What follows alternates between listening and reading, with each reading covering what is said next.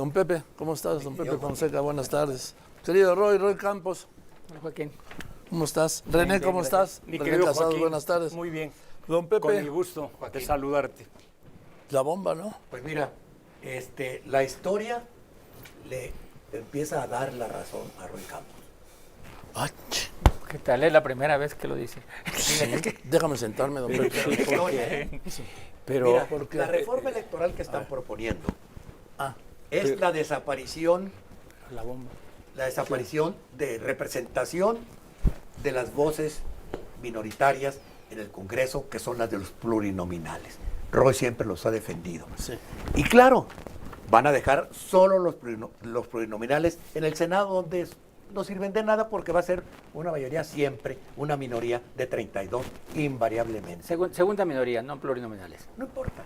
Pero ya se quedan allí y nos van a decir, no, si hay representación de las minorías. Hay 32 allí, pues sí, pero nunca van a ganar una votación. Y vamos a volver a los tiempos de la presidencia imperial. Ahora sí sabemos lo que significa. Ya no hace falta que las oficinas del nuevo Instituto Nacional de Elecciones y Encuestas las trasladen de allá, desde allá por el periférico, las trasladen a Bucareli. como estaba el Como estaba hace la comisión, hace 60 años. la Comisión Federal Electoral. Así es que esa es la presidencia imperial para aquellos que se han manejado en esta mesa, para aquellos que dicen que no era cierto que estaban reviviendo la presidencia imperial. Eso es, no nos asustemos. Al menos no nos asustamos los viejos que ya lo vivimos. Ahorita entramos al tema de y vamos a entrar a la bomba del día. Esa. A ver, es una noticia muy, muy fuerte. O sea, muy fuerte. Hay dos formas de combatir, en teoría, el crimen organizado.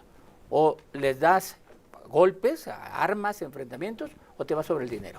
En realidad hay quienes dicen, y con toda razón, que solo son dos cosas, les preocupan dos cosas, la libertad y el bolsillo. Sí. Y que muchas veces les preocupa más el bolsillo que la libertad. Claro, o sea, ¿para qué esos delincuentes si no van a ganar dinero? O sea, es dinero, ¿a dónde? El follow the money. Y en ese follow the money, en ese dinero, no solo están los delincuentes famosos, no, están empresarios, están quien facilita todo esto. Estados Unidos se va y dice, encontré a 3 instituciones financieras mexicanas que vía comercio o vía transacciones con China está facilitando lavado y comercio de precursores. De fentanilo. De fentanilo. Directamente. Bien. Dice, lo encontramos, lo señalo, no nos está mostrando pruebas, pero en principio verosimilitud hay, digamos, ¿no? El gobierno mexicano dice, pues sí, me las está señalando, pero dame pruebas. Yo no puedo aquí actuar contra ellas en nada porque no tengo ninguna evidencia. E incluso dice que ha investigado la UIF y que solo han encontrado operaciones administrativas. Bancarias con 300 empresas chinas que están en el marco del comercio exterior de México, que suma más de 130,000 millones de dólares. Sí, dice, y a esas instituciones sí todos lo revisamos permanentemente y no les hemos encontrado nada más que irregularidades administrativsea, que se han corregido. Que se han corregido. Es decir, el gobierno mexicano dice, yo no tengo evidencia, nada, a pesar de que sí las investigo. O sea, el gobierno mexicano también actuando bien, pero aquí el poder lo tiene el gobierno norteamericano. Y creo que dices bien, esto puede ser puede ocasionar corridas financieras. Corridas financieras, para que nos escucha entienda, es que los que tienen dinero ahí digan, ya no lo quiero tener ahí, denme. Y las instituciones financieras no tienen disponible el dinero para darles. Claro. Y entonces quiebran. Y es cuando viene el pánico. Viene el pánico porque también se genera hacia otras instituciones. Pasó con el Corralito de Argentina en su momento por otras razones. Pasó en México con el Corralito de López Portillo a partir del 1 de septiembre del 82, cuando expropió todas las cuentas de los mexicanos en dólares en bancos mexicanos y se las convirtió en MEX-dólares. O sea, en pesos. El dólar estaba en 70 y el MEX-dólar en 25 y entonces pues no, los quiero mejor el efectivo. Bueno, esto es grave porque mientras estamos en guerras, en que si aranceles o algo así, Estados Unidos está en lo suyo, revisando. Ahora, estas 3 instituciones, lo que se haga en México es, no van a poder en unos días hacer transacciones hacia Estados Unidos, ni recibir ni mandar dinero a Estados Unidos. Ni usar su tarjeta de crédito. Ni usar allá. tarjeta de crédito, lo cual es grave porque en un momento, en un país en donde el 80% de nuestro comercio es con Estados Unidos, donde viajamos con Estados Unidos, donde tenemos un TEMEC, pues prácticamente esas instituciones financieras se vuelven nada atractivas para nadie. Pero para nadie en México. Para nadie en México, ni allá. Bueno, para allá no, allí están prohibidas. Sí, entonces sí es algo muy grave y como iniciaste el noticiero, no hay precedente. No. No hay precedente. Yo creo que, Joaquín, lo enumeraste muy bien. Es una bomba, yo digo una bomba de tiempo. ¿Sabes dónde empieza? No sabemos cómo podría hasta dónde llegue y cómo puede terminar. Sin precedentes. Es el Departamento del Tesoro, ¿sí? Y no hay un caso de esta índole y de este tipo y de esta dimensión en el historial de la relación bilateral. De la relación bilateral y de las mismas instituciones financieras de este tipo y de esta índole. Esto indica, sí, que Estados Unidos no se distrae y que, insisto, cualesquiera puedan ser las consecuencias y lo que esto se pueda derivar, por supuesto que tú lo calificaste de grave, yo creo que esto se pone en el primer lugar de la agenda, ahora que es tan cambiante el ciclo de las noticias en este momento, Joaquín. Don Pepe. Mira, esto va a forzar, quieren forzar a México a entrar en una estrategia de seguridad que les complazca a ellos, que complazca al establishment de las agencias norteamericanas. Ese es lo que están tratando de presionarnos. Y como dices tú, es más fácil presionar por ese lado de follow the money, Claro. perdón, que bombardear laboratorios. ¿Para qué? Les cortas el flujo de dinero y empieza a bloquear y a bloquear y a bloquear. Y en este caso, si te fijas, son empresas chinas las que hacen operaciones allí. No sé cuántas, pero X número de empresas chinas. 300. 300 empresas chinas. Entonces, eso significa que el punto de esta medida sigue siendo el fentanilo. Sí, Claro. Es la gran preocupación. sí, desde campaña. ¿Sí? Y No, desde Biden. Desde Biden. Y desde antes, Estoy de acuerdo. Obama. Sí, sí, sí.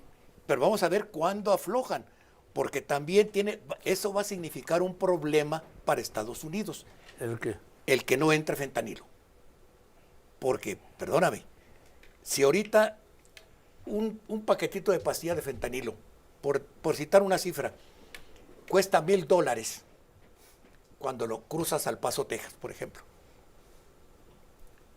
Ahorita con esta medida que empiezan a entrar con lavado, a checar lavado de dinero y a bloquear más los negocios del fentanilo, pues entonces, Joaquín, esa misma bolsita de pastillas de fentanilo va a costar 10,000 o 20,000. Bueno, pues Está bien, pues sí. Sí, está bien. pero la consecuencia, acuérdate que la tarea de la DEA no es evitar que entren las drogas, sino que entre el flujo de drogas nada más que pueda ser aceptable para los americanos. no. O sea, el caso del No, fentanilo claro no. que, El caso del fentanilo no. discúlpame.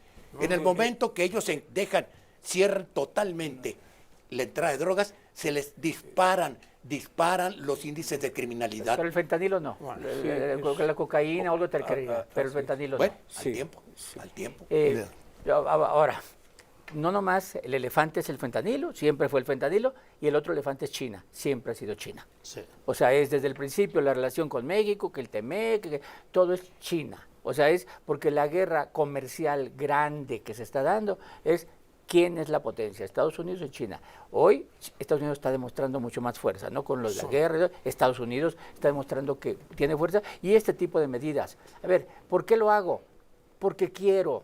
Porque puedo. Porque puedo, yo soy el poderoso. Entonces, quiero entrar a la reforma electoral, para nada más. Y lo hace porque lo tiene que hacer, vaya. Y además esto está haciendo su trabajo. O sea, si de veras tiene pruebas, está haciendo trabajo. De la reforma electoral. A ver, era evidente que venía la reforma electoral, era evidente que venía porque estaba planteado desde el sexenio anterior. El 5 de enero, el 5 de febrero Sí. del año pasado. Venía una reforma electoral. En esa reforma electoral también nos dijeron que iba a haber. ¿Qué iba a haber? Decían quitar los plurinominales, sí, pero los convertían en una especie de plurinominales estatales. La forma en que querían es decir, a ver, Sinaloa tiene 7 distritos, entonces que ahí que se elijan por representación proporcional los 7. No me voy a poner a explicarlo así, pero quitar el esquema, reducirlos. Que no haya 500, que haya menos dinero a los partidos, quitarles dinero a los partidos en años no electorales, menos dinero a la institución electoral para organización. Pero lo más grave cuando se generó el debate en la pasada reforma electoral es, igual que en la reforma judicial, que los consejeros fueran electos por votación popular. Eso fue lo que generó el debate. Lo fuerte era que los consejeros, ¿por qué? Porque entonces, igual que en la reforma judicial, el partido que se iba a movilizar para nombrar los consejeros iba a ser el partido oficial. Bien. Entonces, Y todos los consejeros iban a obedecer a Moreno. Sí. Voy a los anuncios y regreso con la mesa. Roy Campo, René Casados y don Pepe Fonseca.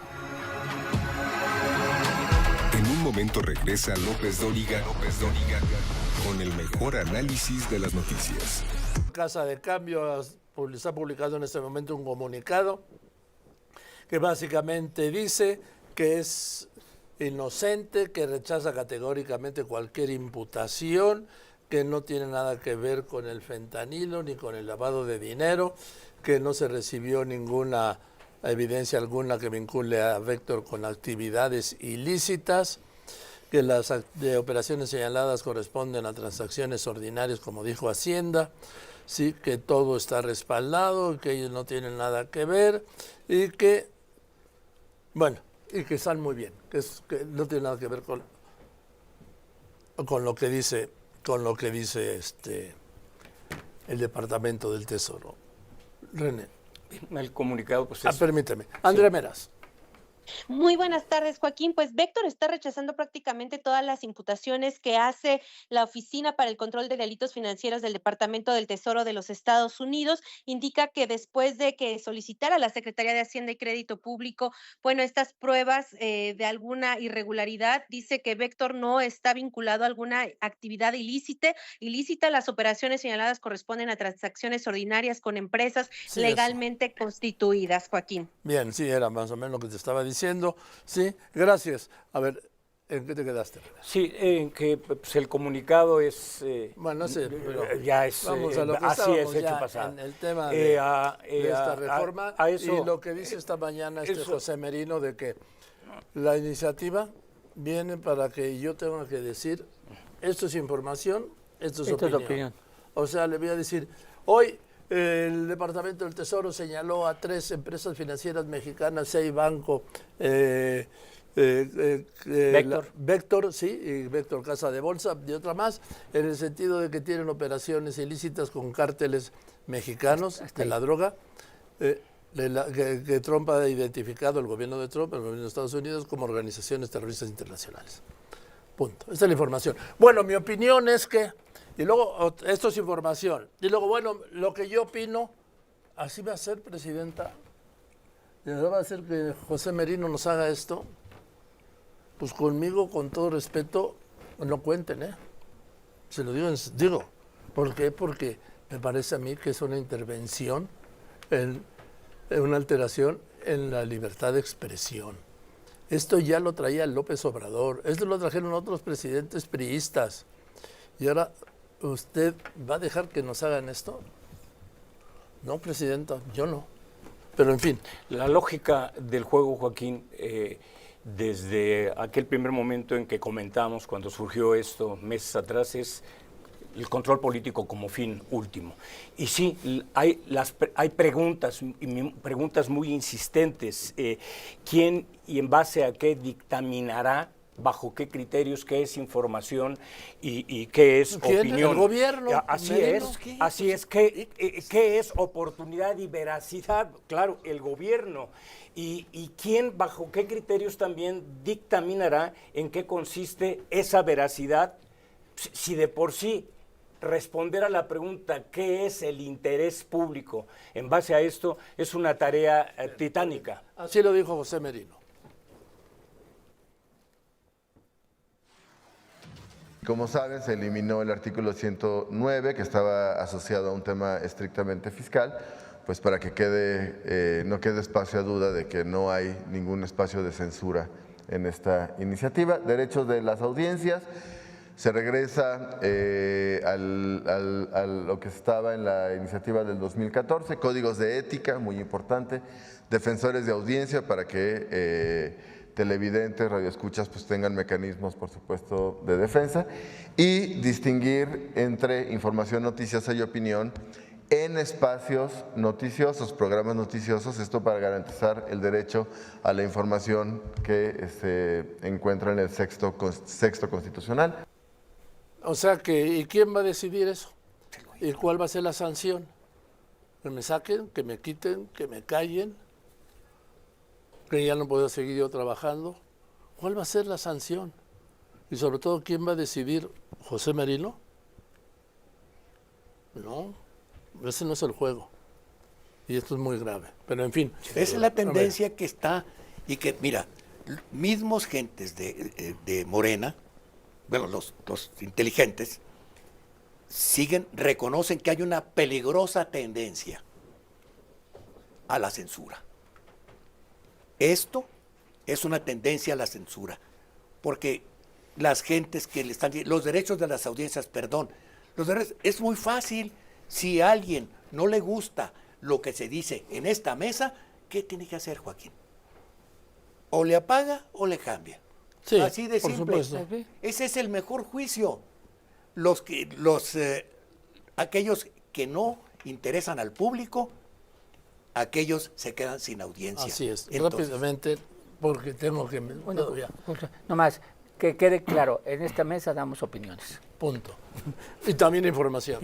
Y que quede claro, hay por parte del Estado y del grupo en el poder una intencionalidad real de control político con esta ley de las telecomunicaciones. y que quede claro, Joaquín, esto que dijo Chesterton. Las cosas muertas son arrastradas por la corriente. Solo algo vivo puede ir contracorriente, y así vamos a ir nosotros con esta mesa en opiniones. Y de informaciones también.